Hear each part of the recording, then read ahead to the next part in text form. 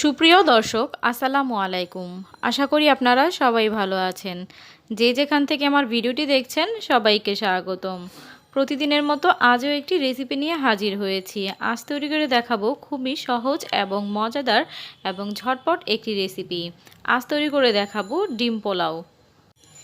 এই ডিম পোলাওতে আমি কোনো রকম মশলা ব্যবহার করিনি বা কোনো রকম ঝামেলাও নেই। যখন তখন হুটহাট বাচ্চারা খেতে চাইলে এইভাবে রান্না করে দেওয়া যাবে এবং বাচ্চারা খুব মজা করে খাবে। খেতে ভীষণই মজার হয় এবং খুবই দ্রুত রান্না করা যায়। চলুন তাহলে দেখে নিই আমি কিভাবে এই ডিম পোলাও রান্না করেছি। ডিম পোলাওটি রান্না করার জন্য প্রথমে আমি এরকম 1 কাপ পরিমাণ পোলাওর চাল নিয়েছি। এখন আমি পোলাওর চালটাকে খুব ভালো করে ধুয়ে পরিষ্কার করে নিয়ে এটাকে আমি পানি দিয়ে 10 মিনিট ভিজিয়ে রাখবো।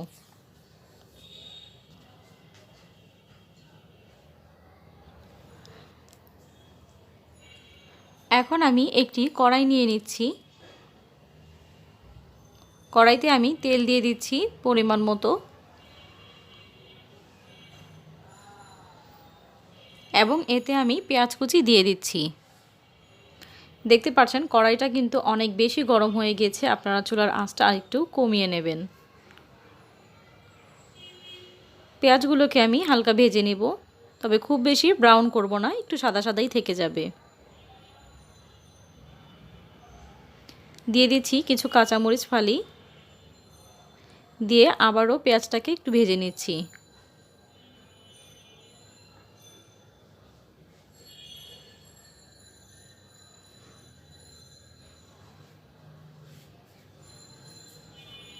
পেঁয়াজটা একটু নরম হয়ে আসলে এর মধ্যে আমি দিয়ে দিব 1 চা চামচ আদা রসুন বাটা। এবার একটু আদা রসুনটাকে আমি পেঁয়াজের সাথে ভেজে নিচ্ছি। মশলা বলতে আমি এখানে শুধু আদা রসুনটাই দিয়েছি।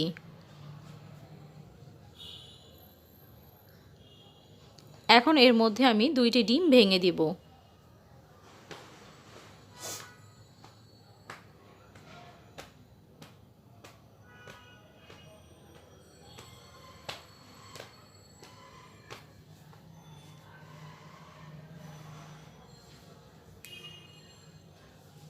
ডিমগুলোকে আমি ঝুরা করে নিচ্ছি পেঁয়াজের সাথে।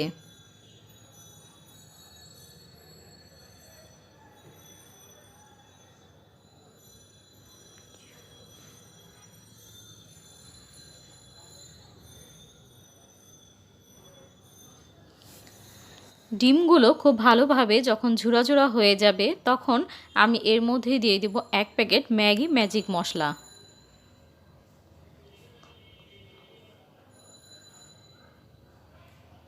আমি সম্পূর্ণ মশলাটুকু দিয়ে দিলাম। এখন ডিমগুলোর সাথে খুব ভালো করে এটাকে মিক্স করে নিচ্ছি।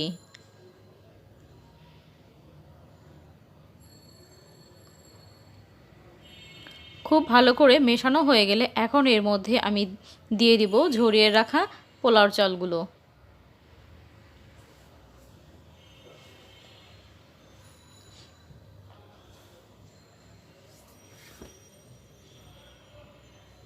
আমি পোলাওর চালটাকে এবার ডিমের সাথে খুব ভালো করে মিশিয়ে একটু নেড়েচেড়ে ভেজে নেব। দেখতেই পারলেন আমি এখানে কিন্তু কোনো রকম মশলা ব্যবহার করিনি, শুধু একটু আদা রসুন দিয়েছি আর একটা ম্যাগি মশলা দিয়েছি। মশলা আমি এই এতটুকুই দিয়েছি, আমি আর কোনো মশলা এখানে ব্যবহার করব না। চালটাকে আমি ভাজা ভাজা করে নিচ্ছি, দেখতে পাচ্ছেন।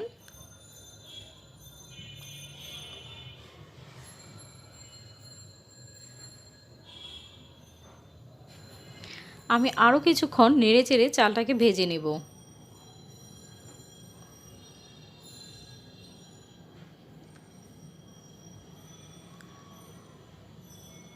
দেখতেই পাচ্ছেন আমি কিন্তু অনেকটা সময় নিয়ে চালটাকে ভেজে নিয়েছি। চালটা যখন একদম ঝুরঝুরা হয়ে গিয়েছে সেই পর্যায়ে আমি 2 কাপ পরিমাণ পানি দিয়ে দিয়েছি। আমি যেহেতু এখানে চাল নিয়েছিলাম 1 কাপ, ওই একই কাপ দিয়ে মেপে আমি 2 কাপ পরিমাণ পানি নিয়ে নিয়েছি।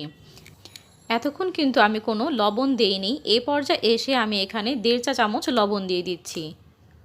এবার একটু লবণটাকে মিশিয়ে নিচ্ছি নাড়াচাড়া দিয়ে। এবার ঢাকনা দিয়ে ঢেকে এটাকে রান্না করে নেব।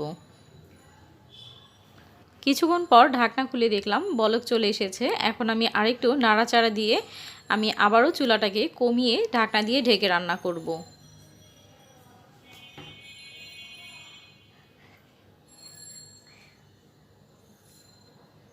5 মিনিট পর আমি ঢাকনাটা আবারও খুলে নিলাম। দেখতে পাচ্ছেন পানিটা কিন্তু শুকিয়ে গিয়েছে, সামান্য সামান্য পানি আছে। আমি এই পর্যায়ে সবগুলো নাড়াচাড়া দিয়ে উপরের চাল নিচে দিয়ে, নিচে চালটা উপরে দিয়ে এইভাবে একটু চারিদিকটা সমান করে দিচ্ছি। দেখতে পাচ্ছেন আমি ঢাকনা দিয়ে ঢেকে আবারও 5 মিনিট রান্না করব।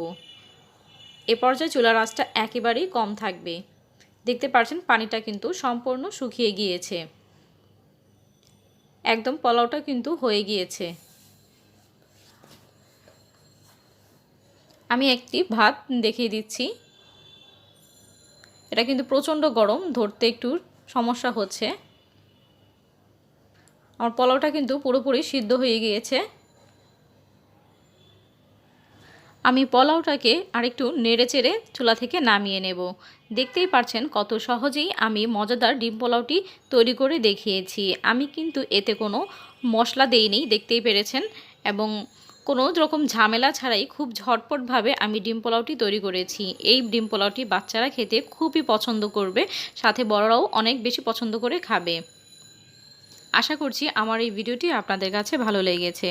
আমার এই ভিডিওটি যদি আপনাদের কাছে ভালো লেগে থাকে তাহলে অবশ্যই লাইক, কমেন্ট, শেয়ার করে দিবেন এবং আমার চ্যানেলটিকে সাবস্ক্রাইব করে বেল আইকনে ক্লিক করে অল বাটনে ক্লিক করে রাখবেন।